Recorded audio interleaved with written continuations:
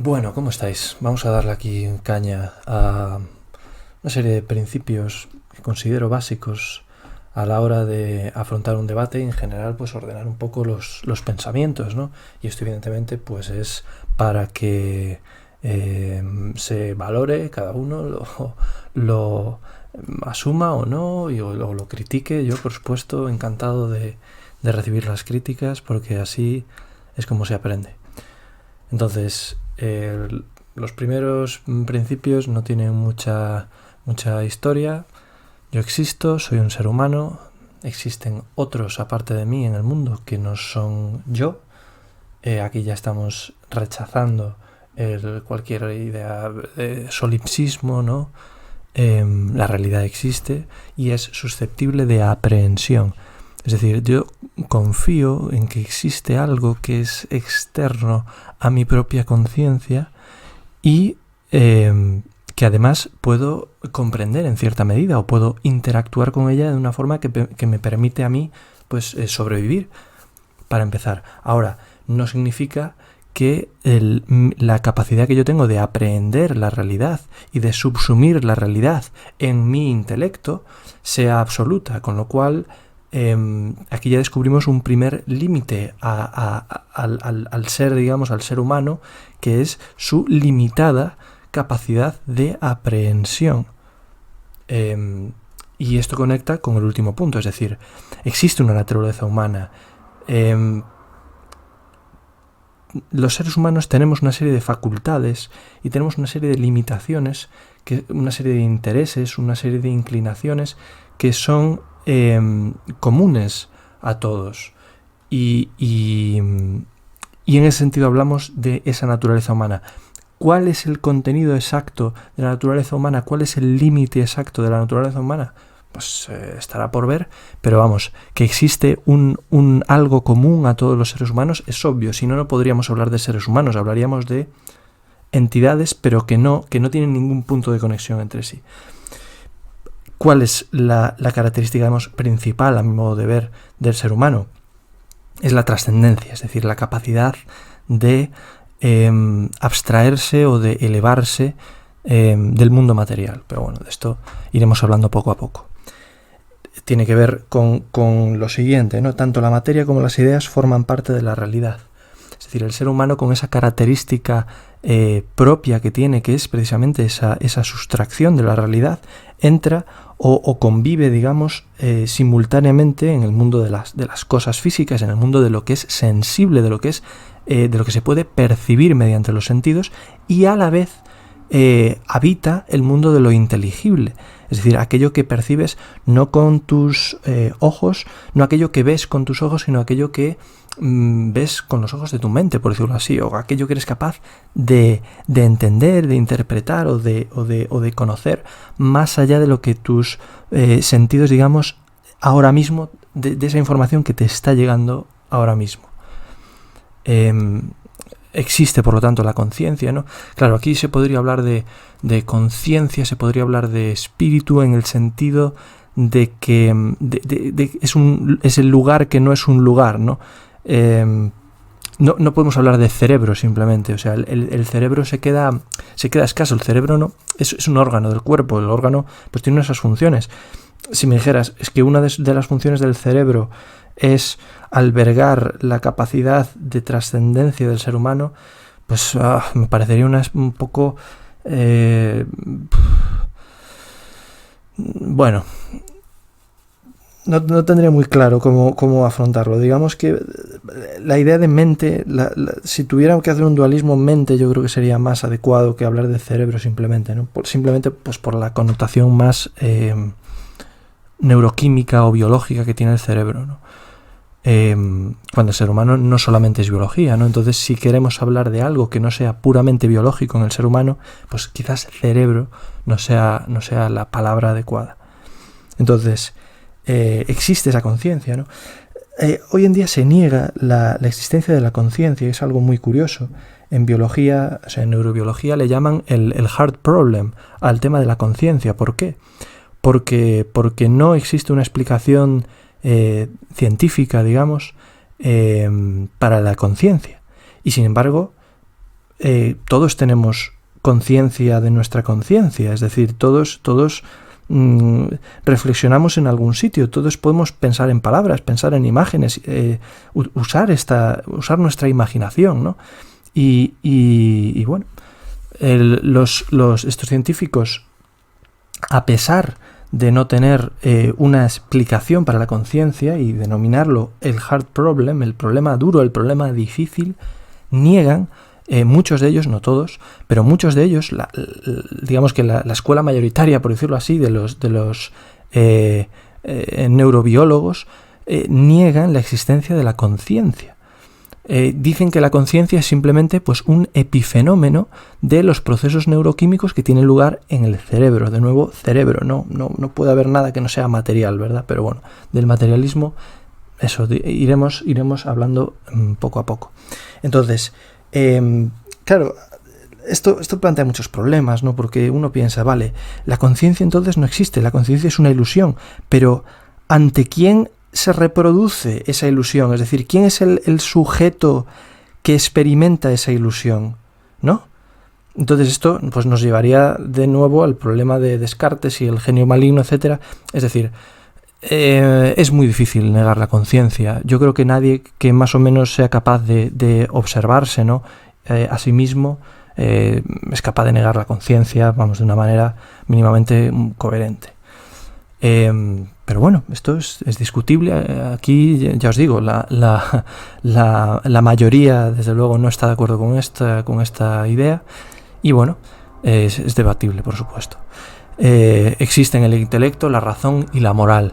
No voy a extender mucho en esto. Intelecto viene del latín, ¿no? De interlegere, es una facultad que nos permite leer entre líneas, identificar patrones, etc. La razón, pues también. Tanto el intelecto como la razón pertenecen a esa parte inmaterial, ¿no? de nuestras capacidades. Y luego la moral. La moral, bueno, ya habrá tiempo de hablar de la moral, pero digamos que a cualquiera que no le sea indiferente vivir o morir, tanto individualmente como lo de la especie humana en general o de la vida, muestra un principio de moral. Y además, para decir que existe la moral, no necesito identificarla en otros. Me basta con identificarla en mí mismo, porque si yo actúo en base a mi moral, ya sé que existe la moral. Porque o sea, existe en la medida en que tenga un poder de actuar en el mundo. Si yo dejo que mi moral a través de mí actúe en el mundo, ¿cómo voy a negar su existencia? Bien, parte de los límites luego que tiene la teleología humana la teleología, aquí me refiero al hecho de pasar de la potencia al acto, ¿no? La naturaleza existe una especie de teleología, pero no se plantea este problema. Es decir, la teleología del huevo es convertirse en la gallina, pero esa teleología, digamos que es perfecta, pero la del ser humano no es perfecta. ¿Por qué?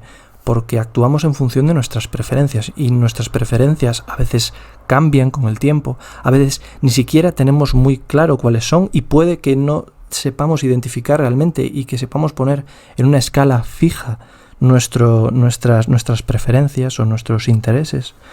Y luego también es imperfecta nuestra teleología, porque de nuestras intenciones a los resultados de nuestras acciones puede ocurrir que nos equivoquemos del medio para conseguir el fin. Es decir, que tengamos intención de hacer algo y no lo consigamos, o también ocurre que nosotros, queriendo hacer algo, hacemos a la vez otras cosas. Es decir, que nuestros actos tienen consecuencias insospechadas para nosotros, y esto es fundamental, como veremos. Luego, el ser humano posee capacidad creativa, bueno, esto es evidente, pues mirando simplemente a nuestro alrededor, y simplemente pues construyendo una frase. Con construir una oración, digamos, nueva, ya sabemos que tenemos capacidad de crear, de hacer cosas nuevas, de coger pequeños ladrillitos y hacer pues construcciones en Minecraft. Vale. También tenemos posibilidad de formular juicios, sea de manera formal o de manera implícita, ¿no? formulamos de alguna forma un juicio cuando vamos conduciendo y vemos acercarse un coche por el otro carril, ¿no? Decimos, oye, pues estamos guardando la distancia, no estamos guardando, el otro va bien, el otro no va bien, yo voy por mi carril, no sé qué. Estamos formulando juicios constantemente. Luego, ahí habría que ver, digamos, cuál es la posibilidad que uno tiene para saber si ese juicio se adecua o no a la verdad, a la realidad. Y eso va a depender, como veremos más adelante, de qué tipo de juicio estamos haciendo. Porque no es lo mismo un juicio que nosotros hacemos sobre el mundo, porque nuestro conocimiento del mundo es indirecto, que un juicio que nosotros hacemos sobre nuestra propia introspección. Es decir, cuando yo observo el mundo, yo soy susceptible de sucumbir ante falsificaciones de la realidad, porque el mundo a mí se me presenta no de manera inmediata, sino de manera mediata. En cambio, mi dolor, por ejemplo, es algo mucho más inmediato, es algo mucho más cercano a mí. Y entonces mi grado de certeza de que yo siento dolor va a ser mucho mayor siempre que el grado de certeza de que otra persona siente dolor. En este sentido, ¿no? Porque siempre el conocimiento de lo que es externo a la conciencia es un conocimiento que está mediado por nuestra percepción, mediado por las circunstancias, etc. Bien, esto nos lleva un poco hablando de los juicios, ¿no? y de cómo uno puede plantearse los juicios o las cuestiones para resolver, ¿no? Y para ir intentando avanzar en la búsqueda de conocimiento, pues que tenemos en primer lugar cuestiones fácticas. Las cuestiones fácticas se refieren a los hechos, al puro hecho, y normalmente adoptan la forma de existencia o no, es decir, esto ha ocurrido o no ha ocurrido, este hecho es verdadero o es falso, ayer o cené pizza o no cené pizza, la ensalada es verde o no es verde. Es decir, ¿y qué requiere el resolver? Digamos, en las cuestiones fácticas se resuelven mediante el recurso a la prueba empírica normalmente. Es decir, alguien sostiene que la remolacha es azul en lugar de morada, y pues otra persona puede llevarle una remolacha y decirle, mira, esto es remolacha y efectivamente pues es morada, y el otro dirá, bueno, pues vale. O no. Luego hay cuestiones fácticas, hay cuestiones de calificación. La calificación depende de que exista un tipo o una categoría ideal y de que se haya aplicado correctamente a un hecho. Es decir, es una combinación de una cuestión abstracta, que es ese tipo ideal, y una cuestión concreta, que es el hecho. Por ejemplo, una cuestión de calificación sería: ¿es las circunstancias y los actos cometidos por este señor en tal día, en tal fecha, constituye encaja dentro del tipo penal de robo? Pues hay que ir, en primer lugar, al tipo penal de robo, ¿no? Y el tipo penal de robo te dice que, bueno, que es sustraer la propiedad ajena mediando violencia en las personas o fuerza en las cosas. Bien, pues tenemos una categoría ideal de lo que es un robo. Entonces hay que observar, según las pruebas que se tengan, la realidad de los hechos y ver si coincide una cosa con otra. Oiga, efectivamente este tipo estaba sustrayendo la propiedad, ¿era de otro o era suya propia? Porque a lo mejor si es suya propia ya no puede ser un robo. Bueno, a lo mejor no, seguro. Entonces habría que ver cada uno de los elementos ideales de la categoría y ver si encaja o no encaja con los hechos. Y luego el tercer tipo de cuestión es la cuestión moral o de evaluación. O sea, este tipo ¿hizo bien o no hizo bien en robar? ¿Fue justa su actuación? Esa es la cuestión, desde luego, más compleja y que espero que podamos comentar más adelante, porque ya excede el propósito de este vídeo. Vale, y simplemente quería cerrar el tema con unos apuntes sobre la lógica. La lógica, vamos a ver, parte de los principios que decía, ¿no? Que este vídeo se trata de identificar un poco los principios básicos a la hora de razonar, a la hora de argumentar, saber un poco cuál es la base de nuestro pensamiento y saber cuándo nos estamos equivocando, cuándo nos estamos yendo a donde no tenemos que irnos. Bien, pues en esto nos ayudan mucho los principios lógicos. Vale, entonces entre los más importantes, los más fundamentales, está el principio de identidad, es decir, A es igual a A, es decir, las cosas son lo que son, no requiere mucha mayor explicación. Está el principio de no contradicción, que se deriva del principio de identidad, que quiere decir que si algo no puede ser eso y su contrario al mismo tiempo, es decir, esta bola no puede ser toda blanca y toda negra al mismo tiempo, porque habría una contradicción entre esas dos proposiciones. Y luego el tercero excluido. El tercero excluido lo que dice es que entre dos proposiciones contradictorias no cabe término medio. Es decir, que si... ¿cómo decirlo? Pues imagínate, si estamos jugando a las damas, o bien la ficha esta o está en el tablero o no está en el tablero, pero no hay ninguna posibilidad de que la ficha no esté ni en el tablero ni no en el tablero. No sé si me explico. El tercero, en este caso, como son contradictorias plenamente las proposiciones, está excluido. Luego, en cuanto a las leyes, digamos, que se derivan de la lógica, o que encuentran su base más profunda en la lógica. Tenemos dos tipos de leyes. Tenemos, en primer lugar, las leyes de la matemática, la geometría euclidiana. ¿Por qué digo que se derivan de la lógica? Porque no es necesario, en este primer tipo de leyes, no es necesario un recurso a lo sensible para comprobar su certeza. Es decir, obtenemos la certeza de su carácter inteligible, no de su carácter sensible. Entonces, yo sé que 2 más 2 es igual a 4, aunque jamás haya puesto 2 manzanas al lado de 2 manzanas y haya contado las manzanas y he visto que eran 4. O sea, no tiene que ver. Puedo hacerlo y efectivamente me dará 4, pero no me da 4 porque mis sentidos me digan que hay 4 manzanas. Es porque matemáticamente, lógicamente, es necesariamente así.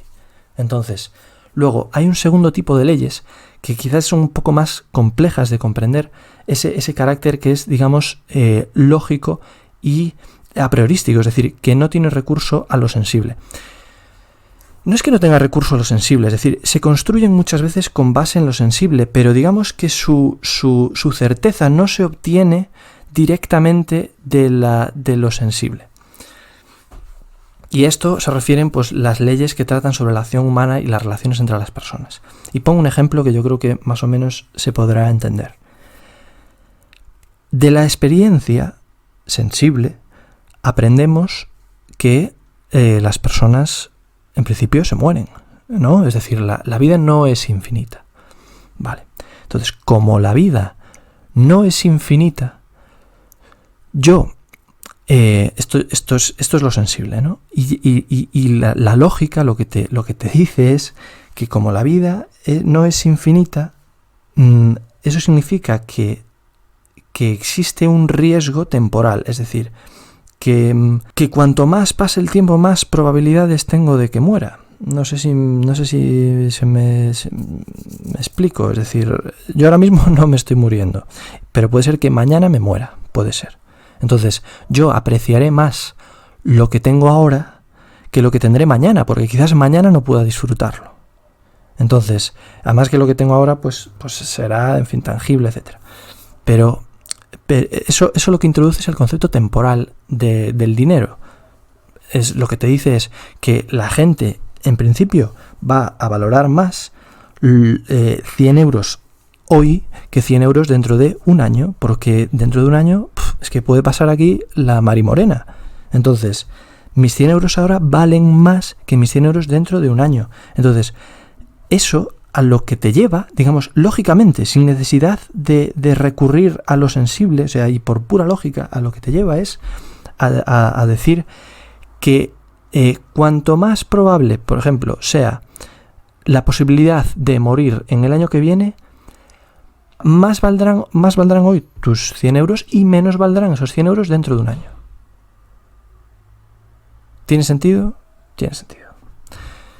Al precio que uno le pone al dolor que siente por ver alargado su consumo en el tiempo y por arriesgarse a morir, por decirlo así, en el transcurso del tiempo, a ese precio del paso del tiempo se le llama interés. Y el interés es algo que tiene un sentido, de nuevo, a priori ilógico. Pongamos el caso en que se descubre un nuevo medicamento, por ejemplo, y hace que las personas sean inmortales y que además se eliminen todos los riesgos y que se eliminen todas las incertidumbres posibles. Es algo absurdo, evidentemente, pero si hacemos ese ejercicio mental, ¿tendría sentido el interés? Pues a lo mejor tendría sentido un poquito de interés, o quizás ya no tendría sentido el interés si consigues eliminar el riesgo totalmente. Es decir, pero obviamente como eso es muy difícil que se dé, y es muy difícil, o sea, sobre todo que haya una experiencia empírica que desmienta nuestra premisa empírica inicial, a la conclusión a la que llegas es que efectivamente el interés tiene un sentido, es el precio del dinero en el tiempo. Y eso lo sabes, o sea, partiendo de una premisa que es empírica, pero no necesitas validarlo empíricamente, porque es así necesariamente. Vale. Entonces, para concluir simplemente, y no hacer esto muy pesado, porque además espero que lo veáis y que podamos comentarlo. Una serie de falacias que son las que hay muchísimas falacias en internet, hay un mogollón de ellas, pero por citar algunas, ¿no? Está la falacia ad hominem, que es sostener que el argumento del contrario no es válido, pues por ser quien es. Usted es un ladrón, ergo su testimonio no es válido en este juicio, por ejemplo, ¿no? Sería un argumento, una falacia ad hominem. ¿Por qué? Porque ataca a la persona en lugar del mensaje, de lo que está diciendo. La falacia ad populum consiste en decir, esto debe ser así porque la mayoría cree que debe ser así. Esto es así porque la mayoría dice que es así. Punto. O sea, porque la mayoría, porque tal. Ad verecundiam. La falacia ad verecundiam, o el argumento ad verecundiam es el de autoridad. Es decir, esto es así porque lo dice fulanito. O esto no es así porque lo ha dicho menganito. Esos son argumentos ad verecundiam, porque no se centran en el objeto de la argumentación, sino en quién ha defendido algo parecido. Vale. O lo mismo, vaya. Luego, la falacia ad ignorantiam. Esta es muy bonita. Esta falacia lo que consiste es en decir, no hay prueba de A. Es decir, yo sostengo A. Y digo, como no hay prueba de no A, yo tengo razón. Es decir, como ignoramos lo contrario de lo que yo defiendo, yo tengo razón. Esa es la falacia de ignorantiam. Un ejemplo clásico. No hay prueba de que Dios existe. Ergo, Dios no existe. Eso es una falacia. Es una falacia. También sería una falacia decir, no hay prueba de que Dios no existe, ergo Dios existe. También eso es una falacia. Falacia ad ignorantiam. Vale. Luego,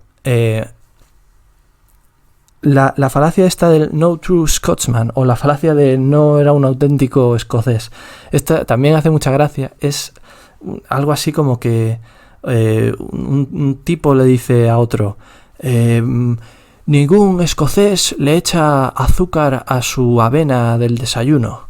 Y otro le dice, oye, pues mi tío Jules es escocés y le echa azúcar a la avena del desayuno. Y le dice el primero, tu tío Jules no es un auténtico escocés. O sea, lo que consiste la falacia del no true Scotsman es redefinir, o sea, cambiar la definición de la categoría inicial para conservar la razón, a pesar de que pues ha sido evidentemente desmentido, ¿no? En este caso. Bien, y luego la afirmación del consecuente y la negación del antecedente. Estas son falacias súper comunes y en las que es muy fácil caer, incluso gente inteligentísima cae con una facilidad tremenda. Entonces, ¿en qué consiste la afirmación del consecuente? Vale, si A implica B, entonces A y B, luego tiene que haber A. No, estás afirmando el consecuente, pero el consecuente puede haber tenido otras razones. Por ejemplo, cuando llueve, el suelo está mojado. El suelo está mojado, luego ha llovido. Mentira, falacia. ¿Por qué? Porque el suelo puede estar mojado por otro motivo, porque ha venido el limpiador de calles o quien sea, le ha echado ahí un manguerazo y el suelo está mojado y no ha llovido. Entonces, afirmación del consecuente. Y luego, la negación del antecedente. Esta es lo contrario, más o menos, de la anterior. Un ejemplo sería: si estudias, aprobarás. No has estudiado, luego suspenderás. No, mentira, no, porque si estudias aprobarás no implica que si no estudias suspenderás. No es lo mismo. O sea, la negación del antecedente no implica que el resultado sea necesariamente el mismo. Bueno, y para finalizar os dejo aquí lo que llaman un ejemplo de lo que llaman el racionalismo ad hoc. Es bastante divertido. Nada, espero que no se haya hecho muy pesado y bueno, ya sabéis que aquí estamos para lo que haga falta. Un abrazo.